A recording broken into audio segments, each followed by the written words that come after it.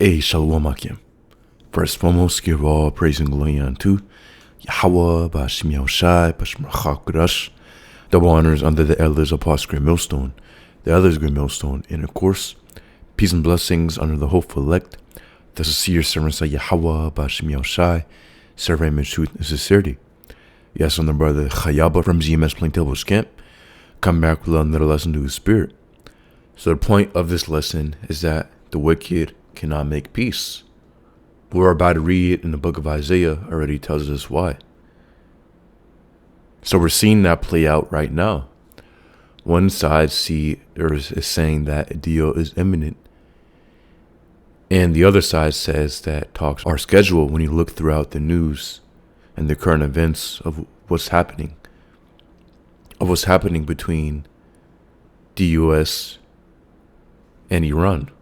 So it says Isaiah 57:20, but the wicked are like the troubled sea when it cannot rest, whose waters cast up mire and dirt. There's no peace, saith my power, to the wicked. So we know the wicked are the Edomites. Scriptures going to the sons of the wicked. The sons of the wicked are the Edomites, so-called white man. The reason why he cannot rest goes all the way back onto Cain.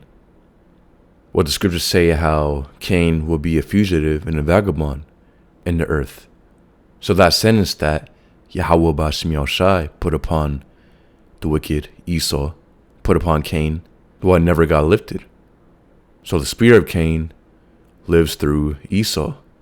So how the restlessness works is that when you lie, which we know Esau, he lies, that's his gift. Esau is a deceiver. One of his main gifts is being a deceiver upon earth, being a devil, which what the devil lies, and he deceives. So when he lies, he has to lie some more. And then when you lie about this, you have to make sure for the next lie, you got to cover up the first lie, and then you got to cover up the second lie when you come up with the third lie, and so on and so forth. You have to hide the truth. And we know Esau mixes the truth with lies. What the serpent did it back in the garden. He gave a half truth, but he filled it out with the lie. That's what Esau does. Where he sets up false leaders. He pays this one off and pays that one off. So one move forces the next move. So that's a sea that can't settle. As we just read in verse 20, troubled sea. So this is an article from AlJazeera.com. It says, Trump says new Iran negotiations starting. What we know. Analysts say deal on Hormuz might be achievable, but lasting peace agreement still far off. United States President Donald Trump told reporters on Sunday that an agreement with Iran is imminent and new talks were set to begin on Monday. But at a news conference on Monday, an Iranian Ministry of Foreign Affairs spokesman said, "We are not going to host a delegation or be guest of a country during these days." So skip it down. It says, as he was returning to Washington, D.C. from weekend in New Jersey on Sunday, Trump told reporters that new negotiations were to begin on Monday after calling off what he said would have been massive strikes on Iran. On Monday, Trump again said an attack that the U.S. had planned against Iran would have been the biggest attack since World War II, but he had decided to call it off. And the deal is imminent, having to do with the Hormuz Strait and ultimately the denuclearization of Iran, Trump said. So skipping down, it says on Monday, however, so going on to Iran side, it says, Ismail Baghei, spokesman for the Iranian Foreign Ministry, said, "We are not going to host a delegation or be guest of a country during these days." It was unclear if the spokesman was referring to direct talks only, meaning that indirect talks via mediators could go ahead. Reporting from Tehran. So it says, is a peace deal really imminent? It says, Shrita Parsi, executive vice president of the Quincy Institute for Responsible Statecraft, told Al Jazeera on Monday that Trump's repeated escalations and then cancellations of attacks on Iran have harmed prospects for a negotiated settlement to the war. I think this has become somewhat of a tiresome pattern, he said. At some point, all credibility for negotiations is going to be lost.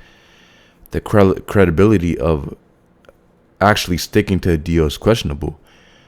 The credibility of any incentives that are offered is questionable. And obviously, the credibility of the threats is degraded, see? So there's no peace, as the scriptures say. So really, a peace deal has no worth, because the scriptures already say how there won't be any peace. No peace unto the wicked. And we know Esau's the wicked. But with Esau rulership, that's going to follow suit throughout the earth. So there's not going to be any peace throughout the earth. That's the point. Until Esau stopped.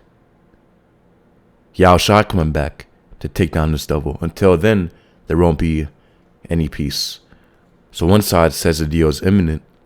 And the other side is saying that talks aren't even being scheduled. And they're not even agreeing on what the deal is actually going to do, according to the article. One side says that the strait is going to be permanently opened, and then the other side says that it has nothing to do with them opening it. So there's two different governments describing two different things and calling it the same deal. So going into that perplexity and just confusion that these nations are in, that we're about to read. So what this connects, because Isaiah, what we just read, Isaiah 57:20, well, it says, but the wicked are like the troubled sea when it cannot rest. So we're not looking at the peace process settling down. So we're seeing waters that cannot settle. A claim, a denial, announcements made that peace is going to be made. Then boom, another attack happens. And the war gets worse. So that's the point. So Isaiah already spoke about this, and we already know what to expect. There won't be any peace. So we don't need any articles to tell us how things are going to be, because we already know how things are going to be. But we bring these articles out as witnesses for further edification. So that's why we do it. It says Ezekiel 7:25, destruction cometh, and they shall seek peace, and there shall be none. So look at the sequence. It says what destruction cometh, and they shall seek peace. So this won't happen before, this is going to happen after. So seeking peace is not a thing that's going to stop it, to stop the destruction. But that destruction is already underway. That's why they're seeking peace, because they know it's coming. But they know ultimately that they won't be able to stop it.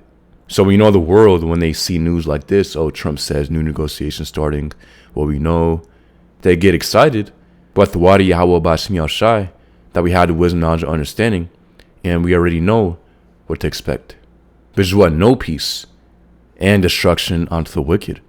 So there's never going to be any peace for the wicked. That's the point. And we know that. So articles like this won't throw us off. Ezekiel already tells us that they should seek peace as destruction cometh. Destruction cometh, and they shall seek peace. So it's coming as we speak. And the destruction will continue to increase until that World War III. Because what? We are in the stage of wars, rumors of wars. Things are getting blown up. People dying. We are in the state of wars, rumors of wars. But the ultimate destruction is underway, which is Babylon and Great America being destroyed. And War of Armageddon taking place. Harmageddon in the Hebrew meaning mountain of the troops. So that's what's going to happen. Taking place in the Middle East. So these talks aren't an exception onto the trouble. No, they are part of it. So yeah, the world, when they read it, well, they are tossed to and fro in the news, and the structure is in what Esau says. You know, what their foundation rests upon Esau, which Esau is in a constant state of perplexity and confusion. But when we read this article, or I mean articles like this or anything on news, when we check it with scriptures. So when we see an article like this, we already know what to expect, or what the scriptures already say. So anything that's against what the scriptures say, we know it's a lie. So when we see an article like, oh, Trump says new Iran negotiations starting, we already know what the deal is. That there won't be any peace, and this thing will crumble. any deal, any negotiation that's made, it will crumble. So yeah, we read Isaiah 57 and 20 through 21 saying the wicked cannot make peace because they are a troubled sea that cannot rest. And the restlessness is Cain's sentence carried through Esau. Ezekiel 7:25 says, destruction cometh, and they shall seek peace, and there shall be none. So yeah, we're judging these things by the scriptures. We never judge things based on what Esau says in these different articles and the news. The scriptures say how the wicked stay troubled. So the waters won't settle and there's going to be no peace unto the wicked. It says, Isaiah 57 and 19, I create the fruit of the lips. Peace, peace to him that is afar off, or that is far off. To him that is near, saith the Lord Yahweh, and I will heal him. So for the elect of the nation of Israel, there's going to be peace and healing. And Yahushua coming back to restore peace unto the earth after destroying the wicked and taking down Esau and these other nations with him, setting up the Israelites over all the nations. That's when true peace upon earth is going to be established. But with the wicked ruling, it won't happen because the foundation is already corrupt and the rulers are already corrupt. So with that, with a wicked ruler, wickedness is going to follow suit. So that's what's going to happen. True peace will be established on earth when Yahushua comes back. So that's what we're waiting for. And that's what's very, very close within these end times. So Lord's Lord brothers out there edified. Yahweh Ba'ashim Yahushua Ba'ashim Kakarash Brakathum. Shalom.